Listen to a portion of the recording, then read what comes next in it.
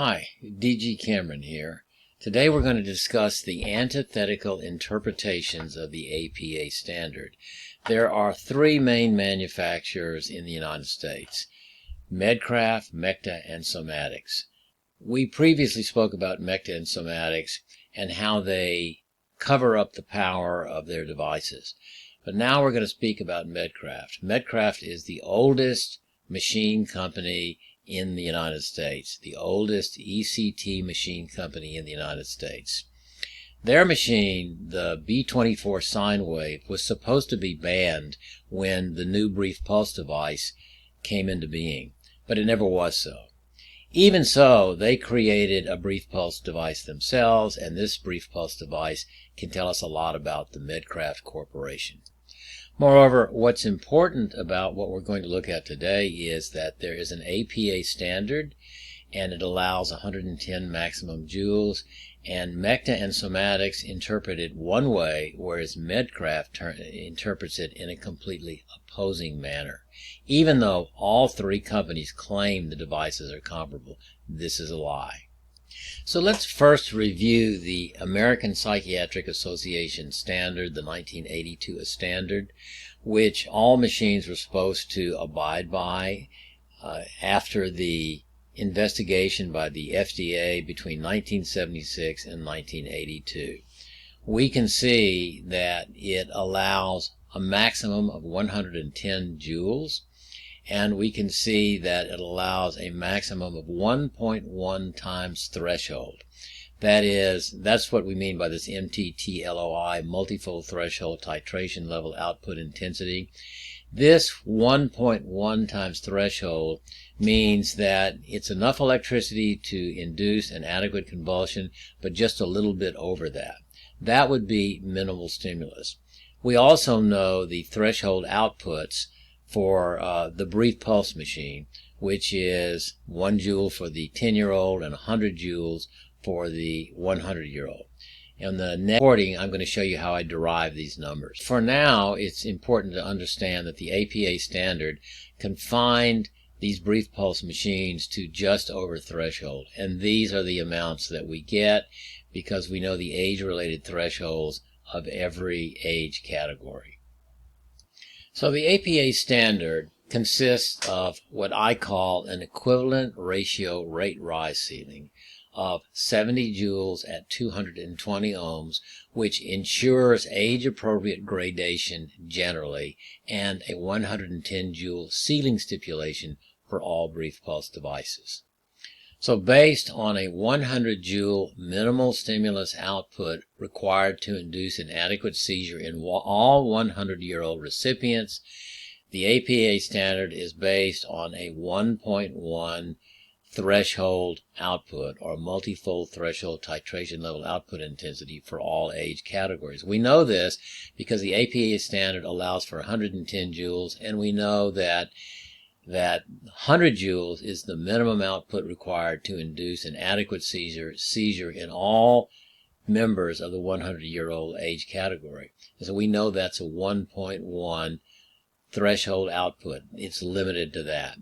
We also know that it has to be a consistent multifold threshold titration level output intensity so that all other age groups are confined to this 1.1 threshold output as well. So we saw in the last video that while MECTA and Somatics brief pulse devices violate the APA 110 joule ceiling, they do conform to the 70 joule at 220 ohm equivalent ratio rate rise ceiling principle of the 1982 APA standard.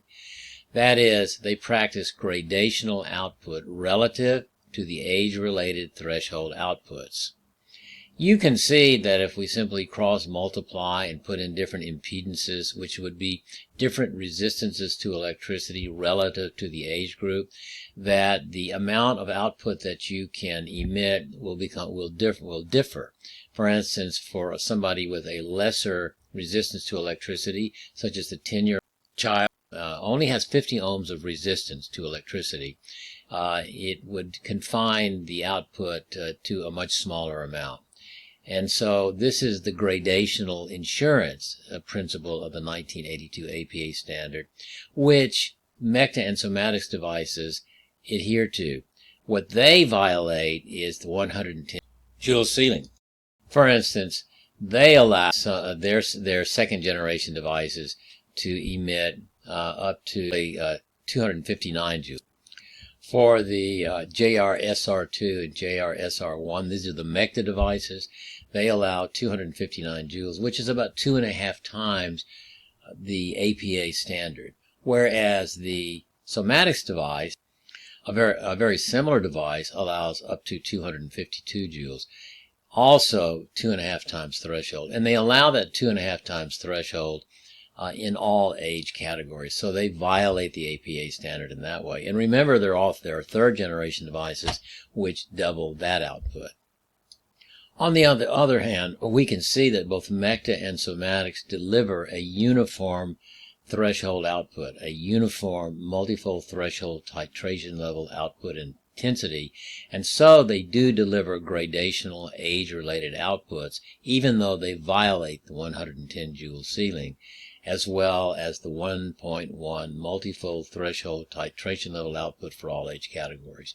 But you can see here that even though they are violating that and they administer a 2.59 or a 2.52 threshold output, it's nevertheless uniform in all age categories, meaning they emit lesser output for the 10-year-old and more output for the 100-year-old. This is the threshold outputs, but here's the actual outputs. So they administer 2.5 or 2.59 times in this case threshold output for the 10-year-old, but it's still a lot less than the 100-year-old, who gets 259 joules or a 2.59 multifold threshold titration level output intensity. But remember, they also have now created third generation devices which do a lot more than that. So they violate the standard by violating the 110 joule ceiling output of the APA standard. Remember also how in the last video I showed you how both MECTA and Somatics fail to report the increase in output from the first generation to the second generation devices by using average impedances in their formulas, so that it only reports around 100 joules, which is a lot. Medcraft, on the other hand, builds a B25 brief pulse device, which violates the APA standard in a completely different way. Unlike MECTA and Somatics, Medcraft completely adheres to the 110 joule ceiling, but they ignore the 70 joule at 220 ohm equivalent ratio rate rise ceiling principle, compelling age-related gradational outputs. Thus, their brief pulse B25 device looks something like this. It only emits 99 joules, unlike the MECTA and Somatics devices, which emit 252 and 259 joules respectively, and then double even that. But while they do not violate the 110 joule ceiling, you can see that these are not gradational outputs. While they confine the output to 99 joules, they nevertheless can administer that 99 joules in the 10-year-old age category. In that age category, it only takes 1 joule to induce an adequate seizure in a 10-year-old child. So they are utilizing 100-fold threshold. They can utilize a 100-fold threshold in the 10-year-old age category. So to take a little bit closer look at the B25, we can break it down into threshold outputs, which we know, and I'm going to show you how I derive those in the next video. And we can see the various multifold threshold titration level output intensities here. They're supposed to be uniform, but they're not, because they allow their device to emit the maximum amount of output, and even in the 10-year-old category. So here, they can emit 99, in essence, 100 times threshold to the 10-year-old child. They can do the maximum 99 joules here. Since the threshold output is higher for the 20-year-old, they can emit a 25-fold threshold output to the 20-year-old, and so forth. And you can see it gets smaller as we go down until the 100-year-old really he receives just about threshold output, whereas the 10-year-old receiving 100 threshold, or can receive 100 threshold. So this is what I call an upside down, very dangerous device. Like the MECTA and Somatics device, these devices are electroneuron reduction devices based on adequate electricity. They're no longer minimal stimulus in that they can emit 99 times threshold in the 10-year-old age category, even though they're only emitting 0.99 times threshold in the 100-year-old category. So you can see this device is really meant for the younger age categories, in which case it can be extremely devastating. So we can see that the B25 device, although it's supposed to be a brief pulse device, it actually emulates their old B24 sine wave device, which is supposed to be completely replaced, but it never has been. So we can see that both these devices are capable of emitting maximum output in the youngest age categories. This is why they were attempting to get rid of these sine wave devices in the first place. But Medcraft has simply imitated the B24 device with its new brief pulse device, which is unlike the MECTA and Somatics devices. You can see that the MECTA and Somatic devices have gradational output so that they increase in power as the recipient gets older. These actually do just the opposite. This B24 sine wave device actually increases in power the younger the recipient. It's an upside down device. The B25 brief pulse does exactly the same thing, because even though it emits the same 99 joules in all age categories, the resistance to electricity decreases the younger the recipient. So it becomes more and more devastating the younger the recipient. So in conclusion, we can say that the MECTA and Somatics brief pulse devices violate the APA standard in one way, whereas the Medcraft brief pulse device, it violates the APA standard in a totally opposing way. Both violate the standard in order to increase the amount of electricity emitted. Neither companies make ECT devices based on adequate convulsion.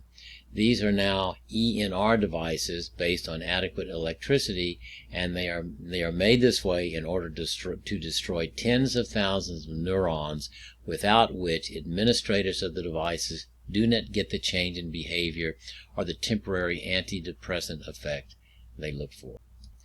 Keep in mind that while administrators of these machines are culpable to some extent, they really don't know what I'm telling you right now. They really are somewhat deceived. The real culprits are the manufacturers themselves. They know exactly what they're doing. Okay, so you might want to tune in next time when I explain to you how I derived these threshold outputs, the minimum amount of electricity required to induce an adequate convulsion in each age category. I'm going to show you how I found that in the next video. I'll see you next time.